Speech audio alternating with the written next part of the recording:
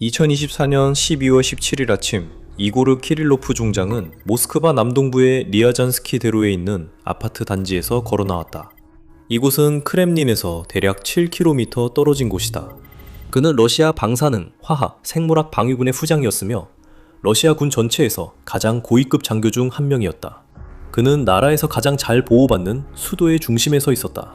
입구 근처에는 전동 스쿠터가 세워져 있었다. 키릴로프와 그의 보좌관이 그 옆을 지나가자 스쿠터가 폭발했다.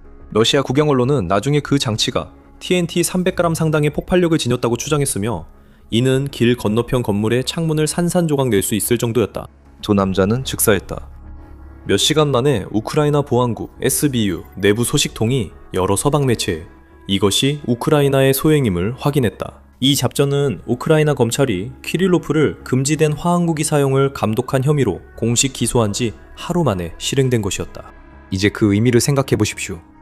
러시아는 수년간 자국 본토는 절대 건드릴 수 없다고 국내외에 밝혀왔습니다. 우크라이나 전쟁은 먼 외국에서 벌어지는 일로 러시아가 완전히 통제하며 승리 중이라고 했습니다. 그런데도 러시아의 최고 장성 중 한 명이 붉은 광장에서 차로 몇 분밖에 떨어지지 않은 곳에서 스쿠터에 설치된 폭탄에 의해 사망했습니다. 이것을 살인이라고 부르든 암살이라고 부르든 이것은 10년이 넘는 시간 동안 조용히 그리고 인내심 있게 구축된 무언가의 눈에 보이는 빙산의 일각이었습니다. 우크라이나 정보기관이 2014년에는 무너지고 침투당한 반쯤 붕괴된 잔해에 불과했지만 어떻게 지구상에서 가장 두려움받는 비밀 조직 중 하나로 성장했는지, 그리고 그 과정에서 CIA가 어떤 역할을 했는지 함께 살펴보겠습니다. 여기까지 오게 된 과정을 이해하려면 2014년 러시아의 크림반도 점령과 돈바스 전쟁 발발로 돌아가야 합니다. 우크라이나 보안기관들은 약했을 뿐 아니라 내부까지 완전히 침투당했습니다. 실제로 돈바스에 위치한 루안스크의 SBU 본부는 2014년 4월 돈바스 전쟁에 서막이 오르던 시기에 습격을 당했습니다. 폴란드 내무보안국 요원이자 러시아 비밀정보국 작전 전문가인 마렉 시에비에츠의 한 분석에 따르면 SBU는 사실 이미 러시아 비밀정보국에 의해 침투당한 상태였다고 합니다. 그날의 명백한 사실들은 논란의 여지가 없습니다. 2014년 4월 6일 군중이 지역 SBU 건물을 향해 몰려들었고 일이 끝났을 때 본부는 함락되었으며 무기고는 텅 비어 있었습니다. 군용 소총, 수류탄, 폭발물 등 전체 무기고가 사라졌고 이는 곧 돈바스를 집어삼키고 전쟁을 촉발할 반란군을 무장시키기에 충분한 양이었습니다. 그리고 그 건물이 함락된 방식은 특이했습니다. 엘리트 알파부대 요원들을 포함한 건물 안의 요원들은 심지어 자신들의 권총마저 포기하라는 명령을 받았습니다. 무기고는 모형지뢰로 봉쇄되어 있었습니다.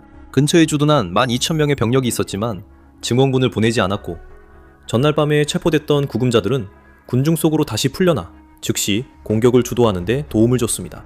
이러한 일들이 하나씩만 일어났다면 단순한 공황이나 무능력으로 치부될 수도 있었습니다. 하지만 이 모든 일이 함께 일어난 것을 보면 폴란드 분석가들은 그 건물이 실제로 내부에서 열렸다고 주장했습니다. 그의 주장은 러시아가 개별 장교들을 포섭할 필요가 없었다는 것입니다.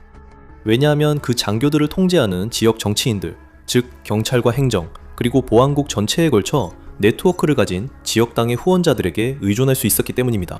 하지만 이것도 사실 우연이었습니다. 그 당시 SBU가 얼마나 허약했는지를 보여주는 증거는 혁명 이후 SBU를 맡게 된 발렌틴 날리에비첸코의 증언이었습니다.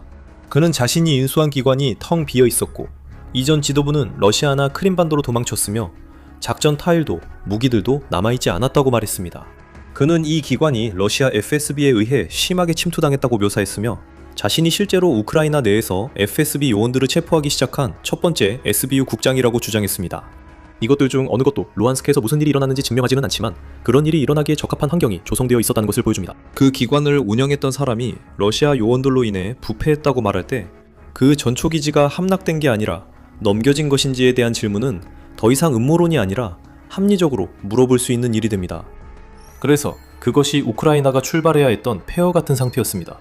이 나라는 KGB의 후계자들이 주도하는 가운데 다시 러시아의 영향권에 흡수될 수도 있었고 아니면 폐허 속에서 진정으로 민주적이고 서방 지향적인 기관들을 세우려고 시도할 수도 있었습니다. 키우는 두 번째 길을 선택했습니다. 그 재건의 중심 인물이 된 사람은 발레리 콘드라튜크로, 그는 처음에는 SBU에서 일했고 나중에는 우크라이나 군사 정보기관인 HUR을 이끌게 되었습니다.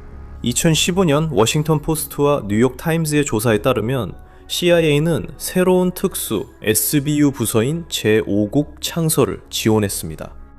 이 부서는 역방첩과 특수작전을 결합한 조직이었습니다. 그 부서는 점령지 내에 요원 네트워크를 구축하기 시작했고 감시 활동을 수행했으며 우크라이나가 러시아 대리군에 맞서버린 초기 비밀작전 중 일부를 실행했습니다. 하지만 이 모든 것이 당연하지 않았고 미국인들은 충분한 이유로 경계했습니다. 그들은 우크라이나 정보기관이 러시아 정보원들로 가득 차 있다는 것을 알고 있었고 자신들이 공유하는 모든 정보가 며칠 내로 모스크바의 책상 위에 올라갈까봐 걱정했습니다. 콘드라투크는 온에 맡기지 않기로 했습니다. 그는 우크라이나가 가치 있는 정보에 접근할 수 있는 능력과 그것을 지킬 수 있는 기강이 있음을 증명하기 위해 일종의 선물로 극비 러시아 군사문서 뭉치를 건넸습니다. 포브스의 기자 데이비드 키리아첸코와 인터뷰한 전 CIA 작전 요원 에드 보그단은 그 시절 우크라이나인들의 사고방식이 9.11 테러 이후 미국인들이 느꼈던 감정과 비슷했다고 설명했습니다. 하지만 우크라이나 장교들은 미국인들이 마음을 열기 전에 수십 년간의 소련 시절 불신을 극복해야 했습니다. 한쪽이 유용하고 정확한 정보를 꾸준히 제공하며 비밀을 잘 지키면 상대도 더 많은 정보를 공유하기 시작합니다. 수년간 우크라이나인들이 정보를 제공했습니다. 여기서 중요한 점은 우크라이나가 미국의 단순한 자선 대상이 아니었다는 것입니다. 많은 우크라이나인이 러시아어를 모국어로 사용하며 두 언어도 밀접하게 관련되어 있습니다. 많은 이들은 지금 맞서 싸우는 그 나라에 가족과 친구가 있고 그 나라 문화도 속속들이 알고 있습니다. 그래서 우크라이나는 어떤 서방 정보기관도 할 수 없는 방식으로 러시아를 이해했고 그 덕분에 CIA를 위해 정보를 수집할 수 있었습니다. 그에 따라 CIA는 러시아 군대와 그들의 의사결정 과정에 대한 놀라운 정보를 얻게 되었습니다.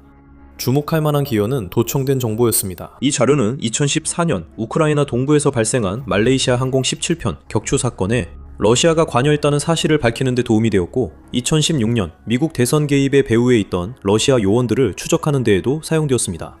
그래서 2022년 전면 침공 직전에는 그 조직이 약 12곳으로 확장된 것으로 알려졌습니다. 우크라이나와 러시아 국경을 따라 비밀 전진기지가 줄지어 세워졌고 이 기지들은 CIA 지원으로 건설되고 장비가 갖춰졌으며 우크라이나 장교들이 이곳에서 러시아군의 움직임을 추적하고 자체 네트워크를 운영했습니다. 어떤 보고에 따르면 우크라이나인들은 CIA 주요 기지에서 미국이 처리할 수 있는 것보다 더 많은 러시아 관련 정보를 생산했습니다. 두 기관은 또한 세계 다른 지역에서도 공동작전을 수행하기 시작했는데 정보 분야에서 이는 최고의 신뢰를 의미합니다. 이 시기를 거치면서 완전히 소련 시절의 우크라이나와는 단절되고 독립된 우크라이나에서 태어난 사람들로만 이루어진 새로운 세대의 요원들이 등장하게 되었습니다. 그중 가장 중요한 인물은 키릴로 부다노프였습니다. 뉴욕타임스는 2024년 2월 부다노프가 2015년 이후 CIA와 긴밀히 협력한 정예 군사정보부대인 2245부대에서 복무했다고 보도했습니다. 이 부대의 특기는 러시아 군사장비, 통신장비, 그리고 우크라이나와 미국 분석가들이 분해하여 연구할 수 있는 기타 장비를 회수하는 것이었습니다. 부다노프는 이후 HUR의 수장이 되었고 그 시절 훈련받은 장교들은 현재 거의 모든 우크라이나 정보 및 보안기관의 최고위직에 앉아 있습니다. 그들은 우리가 지금부터 설명할 작전들의 설계자가 되었습니다. 이 시스템의 한 가지 특징은 우크라이나가 서로 공개적으로 경쟁하는 두 개의 주요 기관을 운영한다는 점입니다. 해외에 주로 초점을 맞춘 군사정보국인 HUR과 국내 보안기관인 SBU가 있습니다. 국내외 정보 및 비밀작전 기관 간의 경쟁은 두 기관 모두 더 나은 성과를 내고 결과를 만들어내도록 압박합니다. 그런 구도를 받아들이든 아니든 이른바 경쟁 구도는 놀라운 작전들을 연이어 만들어냈습니다. 그리고 그 경쟁이 가장 두드러지게 드러난 곳이 바로 바다입니다. 하지만 본격적으로 들어가기 전에 더 밀리터리 쇼를 구독해서 우리가 곧 언급할 작전들의 군사적 세부사항을 모두 시청하고 우크라이나 전쟁과 글로벌 지정학 관련 소식도 계속 받아보시기 바랍니다. 이제 러시아가 2022년에 침공했을 때 우크라이나는 사실상 해군이 거의 없었습니다. 우크라이나는 2014년 러시아의 크림반도 점령으로 대부분의 함대를 잃었고 전쟁 발발 직후 기함 프리기탐이 러시아에 넘어가지 않게 직접 침몰시켰습니다. 영목상 러시아가 흑해를 장악했습니다. 러시아 함대는 우크라이나 항구를 봉쇄해 북아프리카에서 중동까지 사람들에게 식량을 공급하던 곡물 수출을 차단했고 우크라이나 도시들을 향해 순항 미사일을 발사했습니다. 하지만 2022년 4월 흑해 함대 전체의 기함인 순양함 모스크바가 화재로 침몰했습니다. 우크라이나는 자체 개발한 넵튠 대함 미사일 2발로 그 함선을 명중시켰습니다. 여기서 우크라이나군의 성공을 강조하는 것도 중요하지만 모스크바의 위치를 파악한 것은 미국 정보기관이었고 그 정보를 바탕으로 행동한 것은 우크라이나 정보기관이었습니다. 모스크바는 1905년 러일 전쟁 이후 전투에서 잃은 첫 러시아 기함이 되었고 이 손실로 인해 러시아는 함정들을 후퇴시키고 신중하게 행동할 수밖에 없었습니다. 이로 인해 우크라이나는 새로운 문제에 직면했으나 해상 드론으로 해결했습니다. 이 과정에서 우크라이나의 즉흥적 대응은 진정 혁명적인 수준에 이르렀습니다. SBU는 시베이비라는 해상 드론을 개발했으며 초기에는 제트스키, 모터보트 부품과 시중 전자제품으로 제작됐습니다. 경쟁 구도에 맞춰 HU야는 마구라 드론을 개발해 주로 크림반도에 있는 러시아 항구를 겨냥한 작전을 계속할 수 있도록 했습니다. 이 기계들은 작고 빠르며 수면에 가까워 발견하기 어렵고 폭약을 가득 싣고 있었습니다. 또한 위성 연결을 통해 수백 킬로미터 떨어진 곳에서도 조종할 수 있었습니다.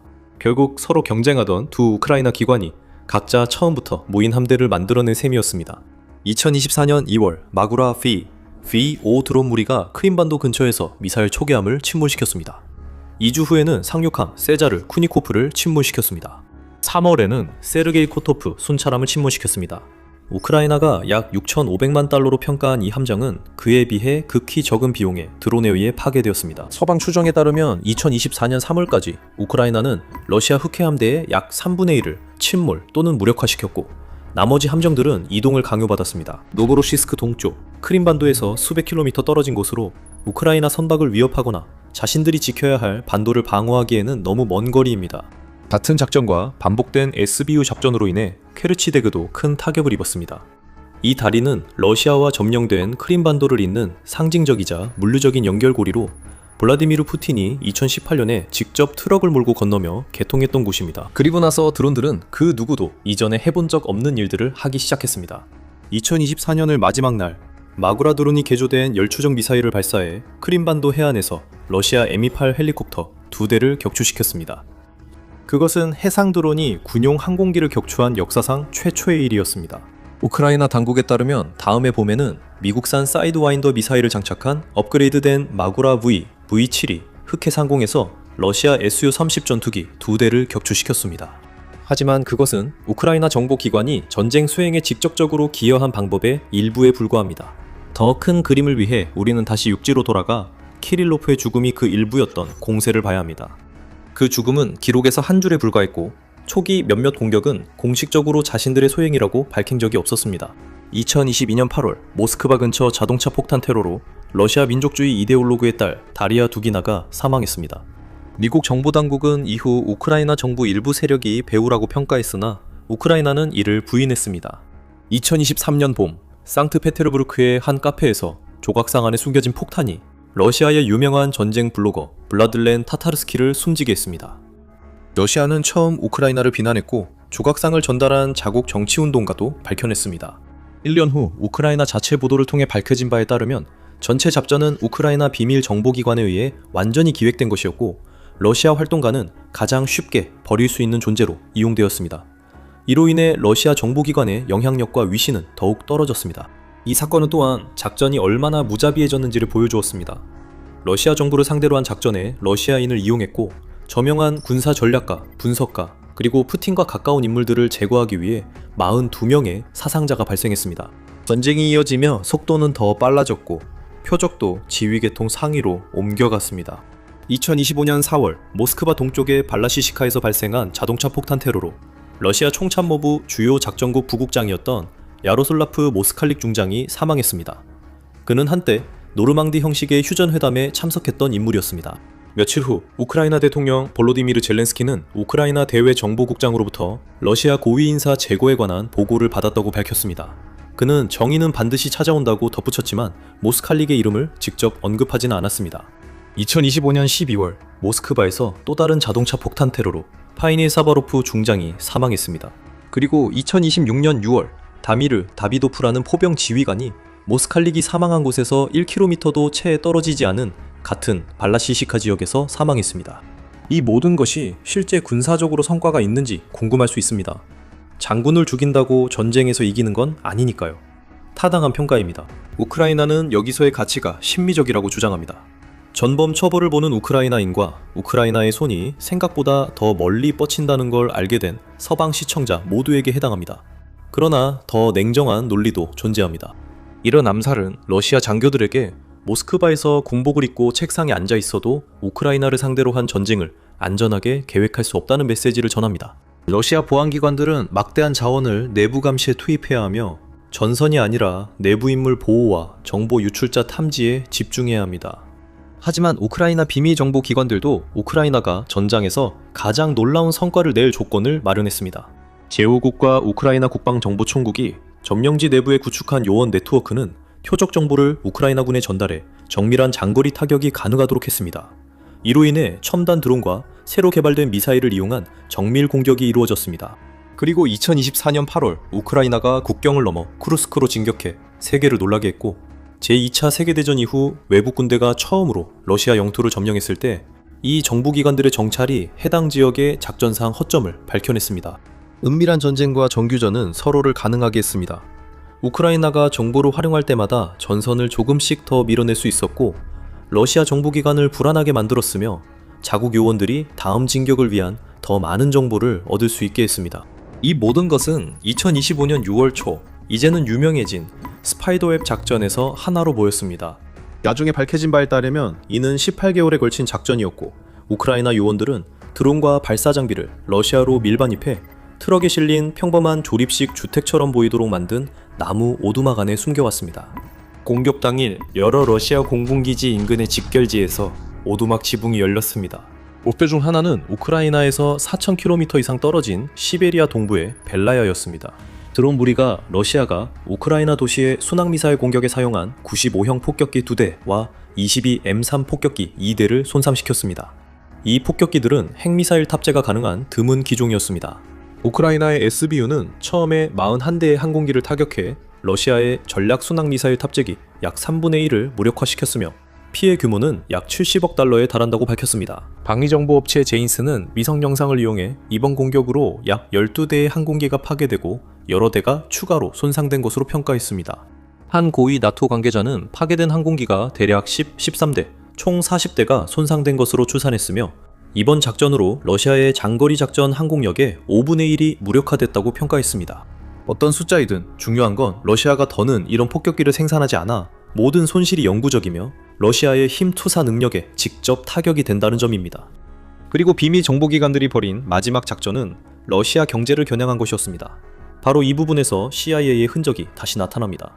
뉴욕타임스의 조사에 따르면 CIA 요원들과 미군 작전 계획자들이 우크라이나가 러시아 에너지 부문을 겨냥한 장거리 작전을 정교하게 다듬는 데 도움을 주었다고 합니다. 정유시설을 무작위로 공격하는 대신 계획은 교체하기 가장 어렵고 시간이 오래 걸리는 부품에 집중했다고 전해집니다. 그 보도에서 언급된 한 사례에서는 CIA 전문가가 특정 정유소 커플러를 지목했는데 이 부품이 파괴되면 해당 시설이 몇 주 동안 가동 중단될 수 있다고 했습니다. 이 논리는 러시아의 그림자 함대에도 적용됐습니다. 이 선단은 모스크바가 제재받은 석유를 전 세계로 운송해 전쟁 자금을 확보하는 노후 유조선들입니다. CIA도 그 작업의 일부를 지원하도록 승인받았습니다. 2014년에 무너진 첩보기관을 재건하는 지원으로 시작된 일이 10년이 지난 후에는 러시아 전쟁기계의 재정적 생명줄을 끊기 위한 공동작전으로 발전했습니다. 또한 더 넓은 정치적 관점도 중요합니다.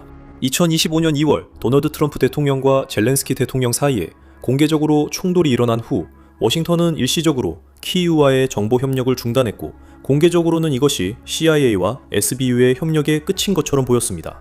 하지만 그 중단은 오래가지 않았습니다. 2025년 3월 이 정보 공유가 재개되면서 CIA와 우크라이나 정보기관들은 다시 긴밀한 협력을 이어갈 수 있게 되었습니다. 이유는 간단합니다.